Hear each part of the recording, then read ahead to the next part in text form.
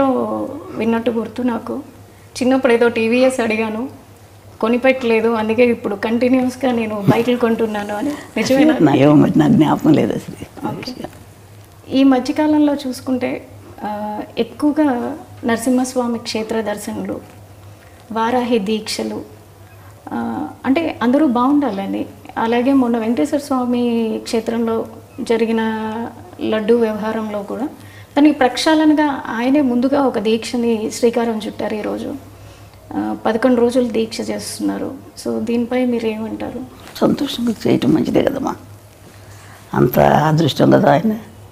వెంకటేశ్వర స్వామి దీక్ష తీసుకుంటున్నాడంటే వాడికి ఎప్పుడైనా ఇట్లా దీక్షలు తీసుకోవడం అలవాటు అయిపోయింది చిన్నప్పటి నుంచి కూడా. అయ్యప్ప స్వామి మాల వేసుకుంటాడు.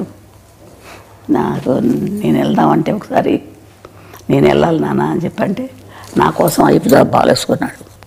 దర్శనం చేసుకొని వచ్చాం. వాడికి ఎప్పుడు చేసుకోవాలన్నా ఇష్టం పాప మా అబ్బాయికి. సో చిన్నప్పటి నుంచి ఆయనకి దైవభక్తి. అలాగని దేవుడి దగ్గర ఊరికి దండాలు పెట్టేసి పూజలు ఏం చేసేవాడు కాదు. వాళ్ళ నాన్నగారు పూజ చేసినా కానీ ఏదో కాస్త ప్రసాదం తీసుకునేవాడు తప్ప వాడందరికీ వాడు ఎక్కువ పూజలు చేసేవాడు కాదు. ఇప్పుడు కొంచెం పెద్ద అయ్యాక తను పూజ చేసుకుంటున్నాడు.